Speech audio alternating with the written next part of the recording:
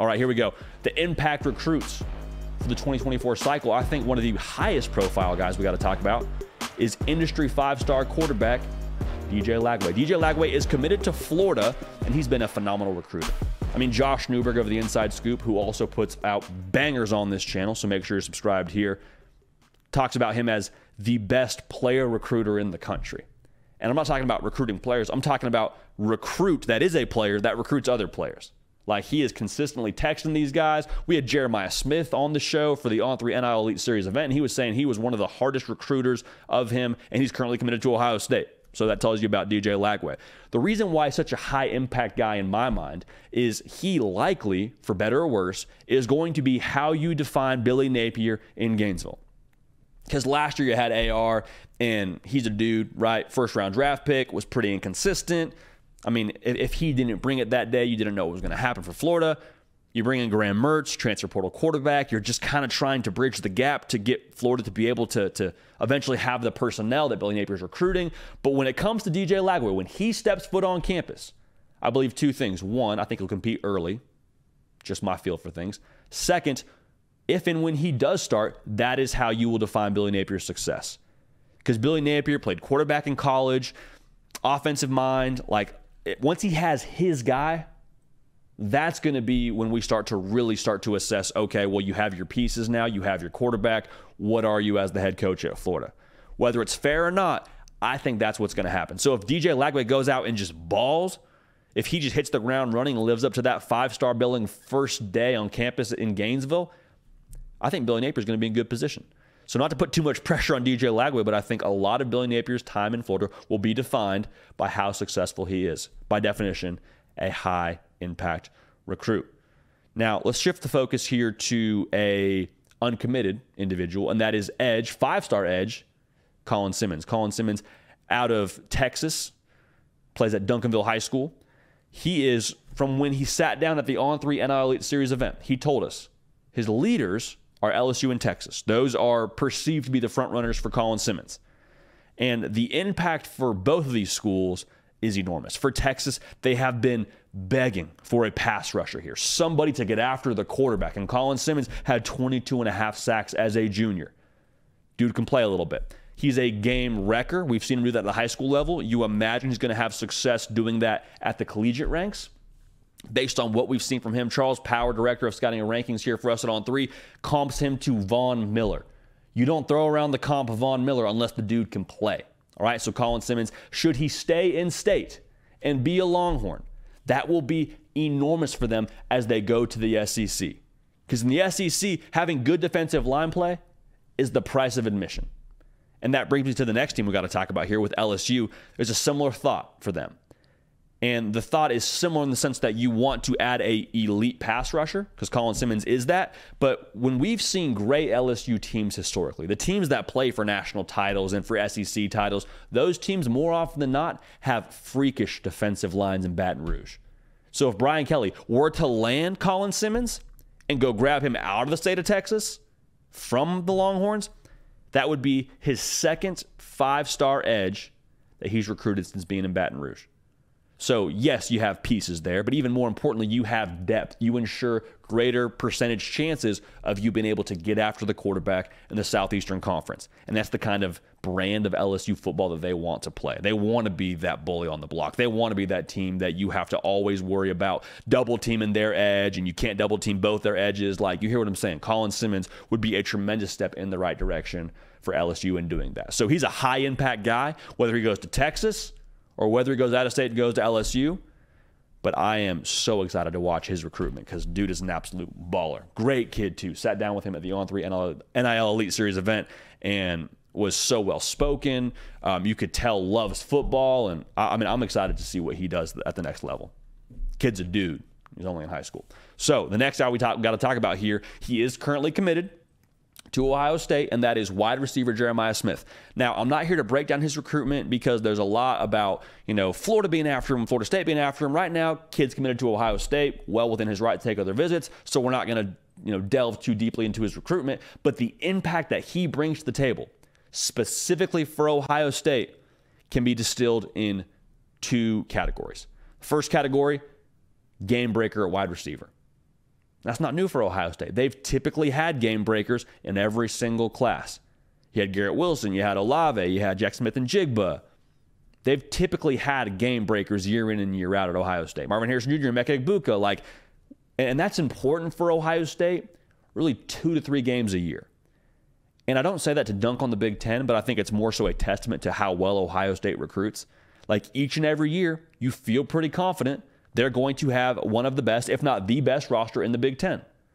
So when it comes to those games where the roster may be awash, that game against Michigan, the games against Georgia, the games against Alabama, I mean, theoretically, whoever you end up playing in the college football playoff or the bowl game, in those kind of games, when the rosters are relatively even, you need someone to win your matchup on the outside.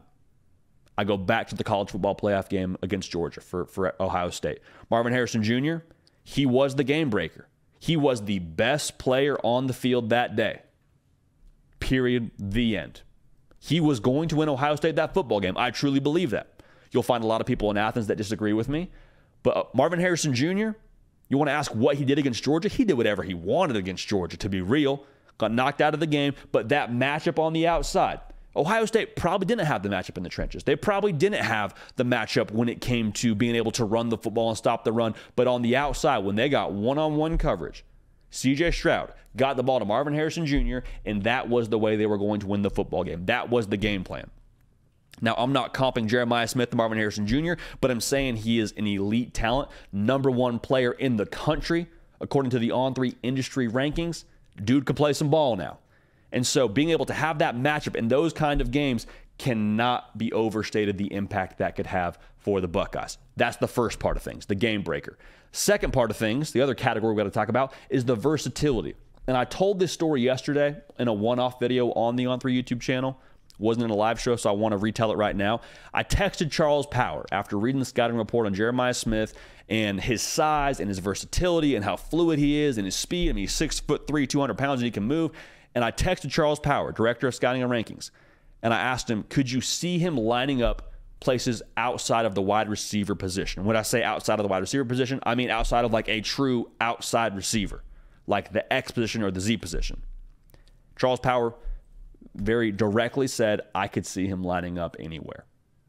Meaning you have a 6'3", 200-pound human being that could move, that could play in the slot.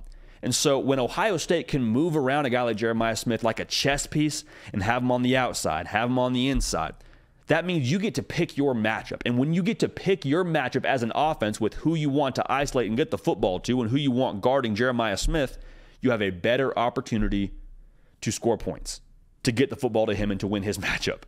And when you have better opportunity to score points, you have a higher likelihood you're going to win the football game. We're oversimplifying here, but you get the gist of things. Jeremiah Smith, from a playmaker standpoint, from a versatility standpoint, the impact he could have on the Ohio State offense, it wouldn't be drastically new, but it would be enormously important. Jeremiah Smith, again, dude can absolutely ball. Now, the last two recruits I want to talk about here sort of in tandem, and they make up the future of the Georgia quarterback room. That is Ryan Puglisi and Dylan Raiola. Ryan Puglisi committed first. We think he's a top 10 quarterback in the country out of Connecticut. And Dylan Raiola, who will be playing his high school football this fall, actually, at Buford in Georgia. #1 quarterback in America. I mean, I don't know what you want me to say about him. Dude can ball. #1 quarterback in America for a reason. And to Ryan Puglisi's credit, there were a lot of people, both in the college football world, that came after him to try and get him to flip, and fans on the outside looking in that thought that he maybe would look elsewhere to play his college football once Dylan Raiola committed. And Ryan Puglisi knew that. He 100% knew that. And he has been extremely solid in his commitment. He has been crystal clear he wants to be a Georgia Bulldog. He will be a Georgia Bulldog. And for Georgia, I mean, that is just an embarrassment of riches in the quarterback room. And the reason why this is so important for Georgia, why it's such a high impact position to have not one, but both of these guys in the quarterback room in the future, is for Georgia, when you call the offense as an OC, you are in most ways at the mercy of what your quarterback can do, right? I'm not dialing up deep out to the field because that's a really hard throw to make if my quarterback is limited arm strength-wise. Just the way it's going to go. I'm not dialing up play action to hit a deep shot over the top if we're inconsistent and can't hit the deep throw. And so for Georgia, having both these dudes who are going to push each other and get the best out of each other, a lot of people who also think Ryan Puglisi could be the guy out of these two. If you're the OC, if you're Mike Bobo, you go from what can we call offensively? What are we able to call offensively? From, hey, what do we want to call offensively? Both these cats can sling it. Both these dudes are some of the best in the country at their craft. May the best man win. Whoever starts for us, let's ride. We got the whole playbook open to us. We can also continue to evolve the playbook. Georgia's going to be smash mouth. I think they're going to continue to be the bully on the block, run the football, 2 tight ends. We're coming after you.